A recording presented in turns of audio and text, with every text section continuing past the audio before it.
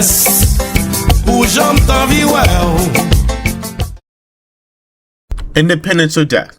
Let these sacred words unite us, and let them be the signal of combat and of our union. Jean Jacques. The French Revolution's promise and failure to reform would light the flame of revolution, a flame which would engulf Saint-Domingue, prompting the Atlantic world to react, and resulting in reforms that reshaped not only the former French colony, but also the wider Atlantic world. Haiti was a nation that was once shackled by the chains of slavery, but managed to achieve independence through a violent struggle. Haiti's revolution was an example to the European order of the power of an organized slave revolt, and how desperate slave owners attempted to keep their property under control. By the 1780s, the French colony of Saint-Domingue produced nearly 60% of Europe's coffee and 40% of Europe's sugar. But beneath the wealth was a diverse society so rigidly stratified that it could not adapt to change.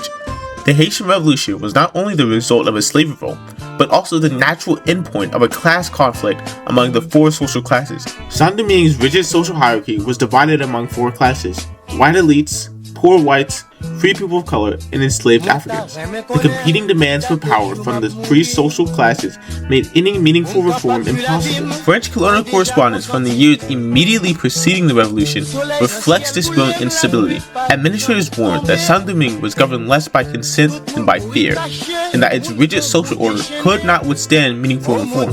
The French Revolution promised liberty, fraternity, and equality for all, yet it only delivered confusion. The Declaration of the Rights of Man proclaimed equality as a natural right, yet remained silent on who that equality applied to. Historian Laurent Dubois argues that this ambiguity was not accidental, but rather political. For free people of color, the French Revolution offered an opportunity for reform. In 1790, Vincent Oggy, a man of color, educated in France, attempted to compel colonial officials to honor the Declaration of the Rights of Man with a limited uprising. The uprising failed, and he was executed. Any hope for peaceful reform died with him, and with it came the foundation of a slave revolt. Just a year later, in August 1791, enslaved people in the northern plains would gather for a voodoo meeting where a storm would provide omens for what was to come. A revolution aimed at the injustice ingrained into the very fabric of Saint-Domingue. In August 1791, enslaved people in the northern plains launched a coordinated revolt that would destroy plantations and begin the Haitian Revolution. A plantation owner wrote to France that the colony was in flames from one end to the other, revealing how enslaved people targeted the economic pillars of slavery. This uprising was not simply a violent resistance, it was political. As historian Caroline Fick argues, enslaved rebels understood that destroying plantations meant dismantling colonial power itself.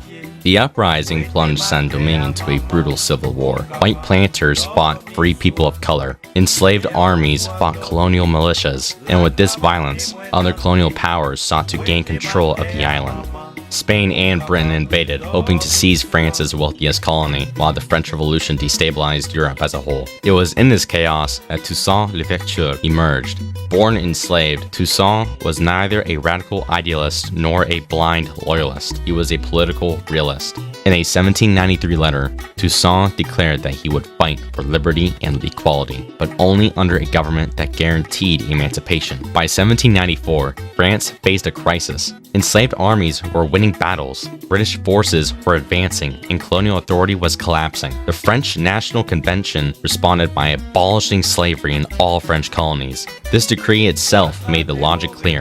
Emancipation was necessary to save the French Empire. While the French may argue that slavery was ended because they were now morally enlightened, the truth is that slavery was abolished because black revolutionaries forced the imperialist French to choose between empire and emancipation. Toussaint switched his allegiance to France and defeated the Spanish in Saint-Domingue.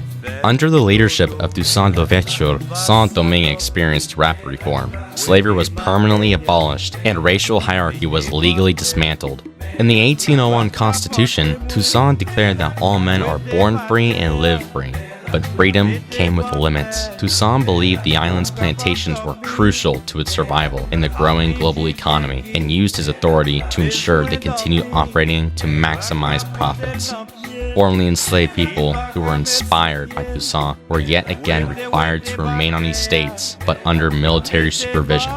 Toussaint believed that economic collapse would invite re-enslavement by foreign powers. Leroy Dubois explains, this revealed a central contradiction of the revolution. Liberty existed, but the plantation system endured, now enforced by the revolutionary state rather than by enslavers. Reform had transformed slavery, but it had not dismantled the colonial economy. Toussaint may have believed he saved his nation from slavery, but instead he pushed his people back into it. While Saint-Domingue continued under the quasi-leadership of Toussaint Louverture, a new figure was rising to power across the Atlantic.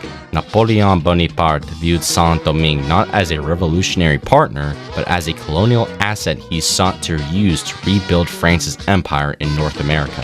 In 1802, French forces landed in Haiti. Toussaint was captured through deception and deported to France. Before his death in prison, he warned, "In overthrowing me, you have cut down only the trunk of the tree of liberty."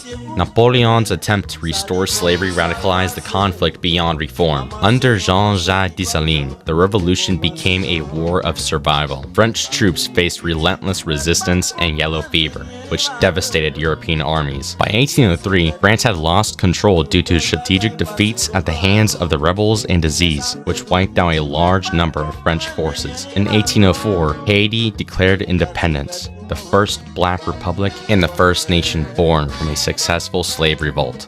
Haiti's independence in 1804 sent shockwaves across the Atlantic world. For slave-holding societies, Haiti was not just a new nation, but a threat to their very means of livelihood. But for abolitionist movements, the revolution boosted their goal. In Britain, the Haitian Revolution contributed to the enactment of the 1807 Slave Trade Act, which abolished the slave trade. The act would lead Britain to pressure other countries, such as France, Netherlands, and Spain, to end the slave trade. Newspapers downplayed or distorted reports from Haiti. Slaveholders described the revolution as chaos rather than strategy, violence rather than politics. This was deliberate. Acknowledging Haitian success would have forced white Atlantic societies to confront the lie at the core of racial slavery, that black people were naturally inferior and incapable of self-rule. Beyond policy, there was a psychological resistance. Much of the Western world simply refused to believe that formerly enslaved Africans had defeated European empires on their own terms. Silencing Haiti became as important as isolating it. As historian Leroy Dubois argues, Haiti was treated as an impossibility because accepting its legitimacy would unravel the ideological foundations of slavery itself.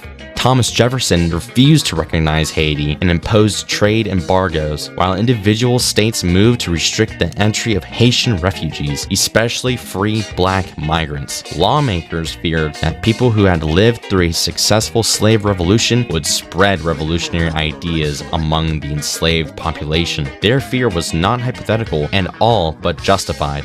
In 1811, the German Coast Uprising in Louisiana became the largest slave revolt in U.S. history. Contemporary reports noted the presence of a free man of Haitian origin, whose revolutionary experience symbolized exactly what American leaders feared.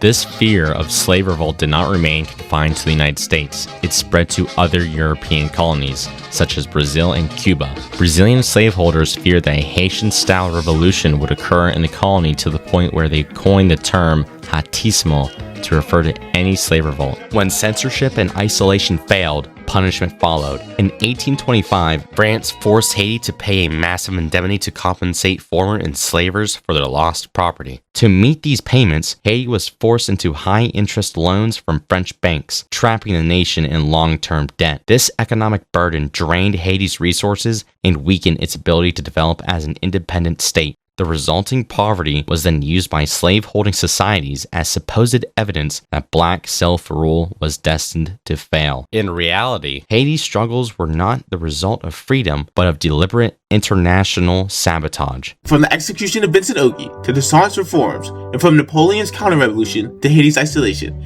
the Haitian Revolution revealed a pattern. Failed reform led to revolution, revolution provoked reaction, and reactions produced new reforms. Haiti was not an isolated event, but a catalyst that forced Atlantic societies to confront the contradictions between liberty and slavery. A contradiction so deeply entrenched in Atlantic society that it transformed geopolitics and racial ideologies for generations.